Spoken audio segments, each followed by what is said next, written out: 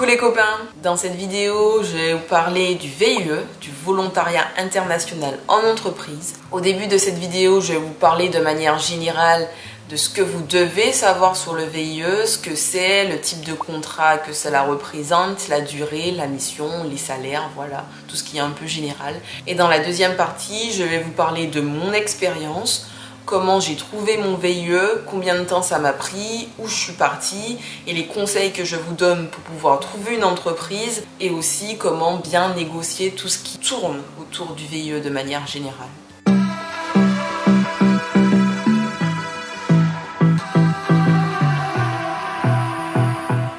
Alors, commençons par le commencement. Qu'est-ce qu'un VIE?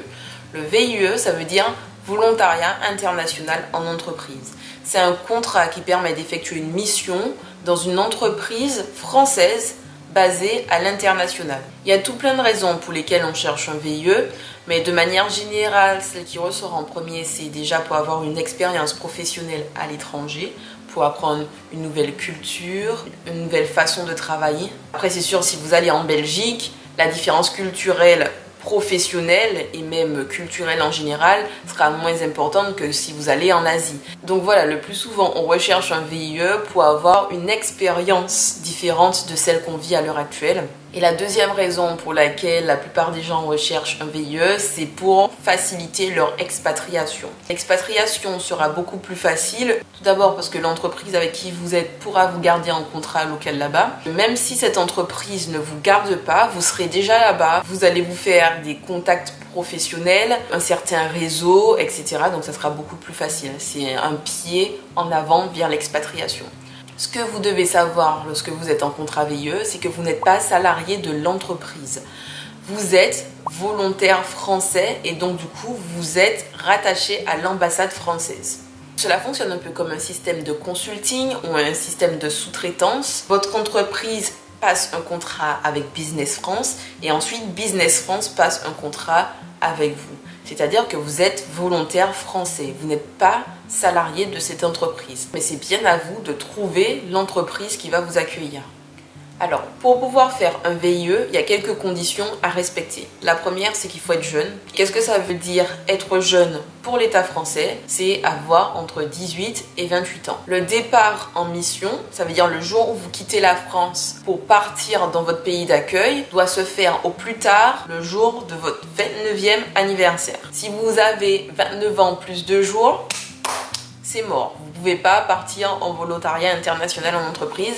Et malheureusement, il n'y a pas de dérogation. Je sais que c'est un peu contraignant. 28 ans, je trouve que c'est pas énorme. Je pense qu'il pourrait prolonger tout ça jusqu'à 30 ans. 30 ans, ça arrive très vite. Et les deux autres conditions, c'est qu'il ne faut pas avoir de casier judiciaire, donc avoir un casier judiciaire vierge, et d'avoir fait sa journée d'appel à la défense. Il n'y a pas de limitation vis-à-vis du type d'études que vous avez fait, du niveau d'études que vous avez fait.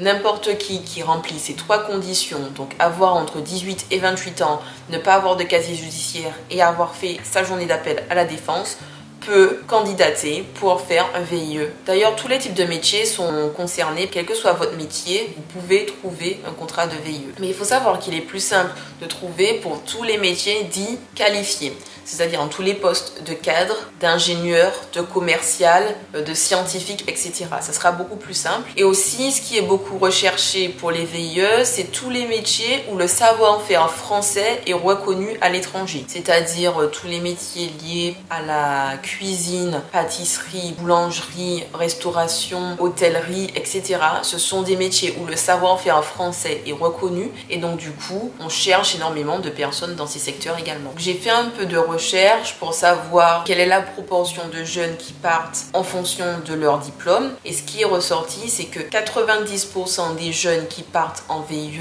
ont un bac plus 5 ou diplôme supérieur. Et les 10 autres pourcents ont d'autres diplômes, CAP, BEP, bac pro, BTS, licence, etc. Ne paniquez pas, cela ne veut pas dire que si vous n'avez pas un bac plus 5, vous n'allez pas trouver de VIE. C'est juste que le profil recherché à 90%, ce sont des cadres, des scientifiques, des commerciaux, etc. Mais par contre, si vous avez une expérience énorme, si on prend l'exemple de quelqu'un qui a commencé à travailler à 20 ans et qui a 27 ans et qui a 7 ans d'expérience dans son domaine, on s'en fout du diplôme. On est d'accord, on s'en fout du diplôme. L'employeur va dire, ok, il est compétent pour faire ce job. L'essentiel, c'est qu'il ait les compétences. Donc ne vous dites pas que si vous n'avez pas de diplôme supérieur, vous n'allez pas avoir de VIE parce que c'est pas le cas. Si vous êtes motivé, si vous êtes déterminé, vous allez pouvoir partir. Pour résumer un peu les contraintes sur les durées, le VIE dure entre 6 mois et 24 mois pour l'ensemble des pays, à l'exception des États-Unis où il dure entre 6 mois et 18 mois. Vous savez, les États-Unis, plus compliqué que tout le monde. Le VIE peut être renouvelé une fois maximum dans la limite des 24 mois ou dans la limite des 18 mois pour les États-Unis. Au cours de votre VIE, vous allez pouvoir changer de filiale si vous le souhaitez et si votre compagnie le souhaite. Par contre, il sera impossible de faire 2 VIE différents avec 2 entreprises différentes. Avec le contrat VIE, vous avez la chance d'avoir 2,5 jours de congé par mois, ce qui fait 25 jours de congé pour 10 mois travaillés. C'est top. Que demande le peuple? Rien. Rien. Congé, on est d'accord. Ça c'est top parce que si vous allez dans des pays comme la Chine ou les États-Unis, etc., vous allez avoir beaucoup plus de jours de congé que tous vos autres collègues. Et voilà, c'est la chance d'avoir un contrat français. On dit cocorico. Quand vous êtes en contrat VIE, déjà il faut savoir qu'on ne parle pas de salaire, on parle de rémunération forfaitaire. Vous êtes volontaire, vous n'êtes pas salarié, donc vous n'avez pas un salaire. La rémunération forfaitaire est composée de 2 parties. Il y a une partie fixe. Cette partie fixe, elle est de 715 €. Elle ne varie pas en fonction des mois, ça sera toujours la même. Et ensuite, vous avez la partie variable, elle change tous les mois en fonction du pays dans lequel vous êtes et en fonction aussi du cours de la monnaie, etc. Tous les mois, Business France sort une grille qui vous indique quel est le montant de la partie variable. Alors, ma critique concernant les salaires, c'est que sur une grille comme celle-ci, on vous donne par exemple pour l'Angleterre un salaire pour Londres et un salaire pour une ville hors Londres. Ce qui est complètement débile parce que par exemple une grande ville comme Birmingham, là où j'habitais, et c'est quand même la 2e plus grande ville d'Angleterre, et ça nécessite d'avoir un salaire adapté à une grande ville. C'est comme si en fait en France on disait il y a un salaire pour les gens de Paris et puis un salaire pour toutes les autres personnes qui habitent en France. On sait pertinemment que si vous habitez dans une grande ville comme Lyon, comme Bordeaux, comme Marseille, le coût de la vie ne sera pas le même que si vous habitez dans une petite ville comme Tours par exemple, où on ne sera pas du tout le même coût qu'une ville, qu'une toute petite ville ou un petit village, parce que déjà le coût des loyers sera pas le même. Et là, dans un barème comme ça, on dit pratiquement, ben voilà, si vous habitez à Londres, vous avez 2200 €, et si vous habitez hors Londres, vous avez 1600 €. Pour faire simple, les logements en Angleterre, ça coûte une blinde. Donc, vous pouvez expliquer un peu, quand j'habitais en Angleterre, j'habitais à Birmingham, donc dans le centre-ville, et du coup, je partageais mon appartement avec ma colocataire, donc ma roommate, et on avait pris un appartement avec 2 chambres. Donc, on avait chacune notre chambre, et à la fin du mois, on séparait toutes les factures en 2. Eau, électricité, etc. Avant de partir en Angleterre, j'habitais à Lyon, où j'avais un appartement avec 2 chambres pour moi toute seule. Donc j'avais une chambre d'amis parce que je pouvais me le permettre et voilà, j'avais pris un appartement avec 2 chambres. Mon appartement avec 2 chambres dans Lyon me coûtait exactement la même chose que la moitié de mon appartement à Birmingham. C'est simple, les loyers sont 2 fois plus chers en Angleterre qu'en France. En taille de ville équivalente, pour exactement la même chose, un appartement vous coûtera 2 fois plus cher à Birmingham. C'est simple. Comment voulez-vous qu'avec 1600 €, en étant cadre, en étant ingénieur, en travaillant 45 heures par semaine, comment voulez-vous gagner 1600 €? C'est pas juste. Moi, je trouve que c'est pas juste. C'est pas tant le travail, les heures que tu passes au boulot qui comptent. C'est que tu peux pas dire. En fait, ce qui m'énerve, c'est que tu peux pas dire il y a Londres et il y a le reste de l'Angleterre. C'est pas vrai. C'est pas vrai. Londres, c'est sûr, ça te coûte plus cher. Mais après, si tu vis à Birmingham, ça va te coûter plus cher que si tu vis à Tamworth. Ça va te coûter plus cher si tu vis à Leeds. Tu vois, voilà. Je sais pas quoi dire. Et voilà quoi. Après, je comprends, ils peuvent pas créer une grille tarifaire pour chaque ville. Je comprends l'idée, mais je trouve qu'elle est pas assez approfondie. Il faudrait créer des zones, des grilles tarifaires, grandes villes, moyennes villes, petites villes, etc. Parce que là, malheureusement, c'est pas approprié, je trouve. Et la deuxième chose que j'ai envie de dire avec le salaire, c'est cette histoire de fluctuation là, cette partie variable d'un mois à l'autre ou tous les 3 mois, voilà, c'est pas terrible. C'est pas terrible dans le sens où si vous êtes dans une période de stabilité économique dans le pays, ça va. Tous les mois, vous aurez à peu près le même salaire. Mais si vous êtes dans une période où il y a des choses qui bougent, vous pouvez vous retrouver d'un mois à un autre avec moins de 300 € sur votre salaire, du moins sur votre rémunération. Et moi, c'est ce qui m'est arrivé quand je suis arrivée en Angleterre. Moi, au moment où je suis partie en Angleterre pour mon VIE, l'indemnisation, elle était autour de 1700 €, à quelques euros près. Sauf que moi, je suis partie en Angleterre, on va dire 3 mois environ après le Brexit. Et au moment du Brexit, vous savez, il y avait eu une chute du pound comparé à l'euro pendant quelques mois, quelques semaines.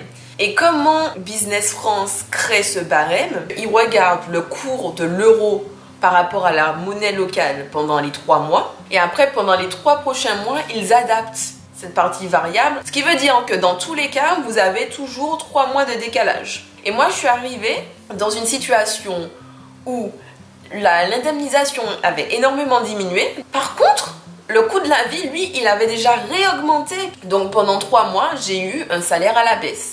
Et après, du coup, comme tout est en décalé, hop, le salaire, il est remonté. Et voilà, donc ça, c'est ce que j'avais à dire sur le salaire. Je sais que ça prend beaucoup de temps, mais il faut savoir ce genre de choses. Et s'il y a quelqu'un de Business France qui regarde cette vidéo par chance, moi, j'ai juste envie de dire, pensez à faire des grilles plus détaillées en fonction des zones où les gens ils habitent. Et c'est un ressentiment qui ressort de manière générale, c'est que les grilles tarifaires de rémunération ne sont pas spécialement adaptées en fonction de la ville dans laquelle on vit. Voilà. Voilà, c'est tout ce que j'avais à vous donner comme information et maintenant je vais plus partir sur la partie conseil. J'espère que cette vidéo va pas durer 3 plombs parce que vu comme je parle, la première méthode pour trouver un VIE, c'est d'aller sur le portail CiviWeb.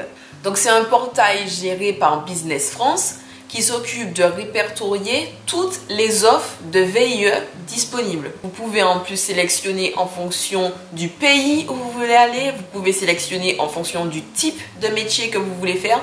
Et d'après les statistiques, 30% des VIE qui partent à l'étranger ont trouvé leur contrat sur ce site CiviWeb. La deuxième manière de trouver une entreprise qui vous permettra de faire un VIE, c'est d'activer votre réseau professionnel. Si vous êtes par exemple en stage, n'hésitez pas à demander à votre entreprise actuelle si elle propose des VIE. Alors parlez des VIE s'ils sont pas au courant de ce que c'est. Voilà, activez votre réseau, vos anciens collègues, vos collègues actuels, les anciennes entreprises où vous avez fait des stages, l'entreprise dans laquelle vous êtes à l'heure actuelle. N'hésitez pas à solliciter toutes ces personnes-là. Il faut savoir que 24% des personnes qui ont trouvé un VIE l'ont trouvé à l'issue d'un stage. Voilà, n'hésitez pas à contacter aussi le réseau de votre école. Je sais que les écoles de commerce et les écoles d'ingénieurs sont vraiment excellentes et ont un bon réseau professionnel.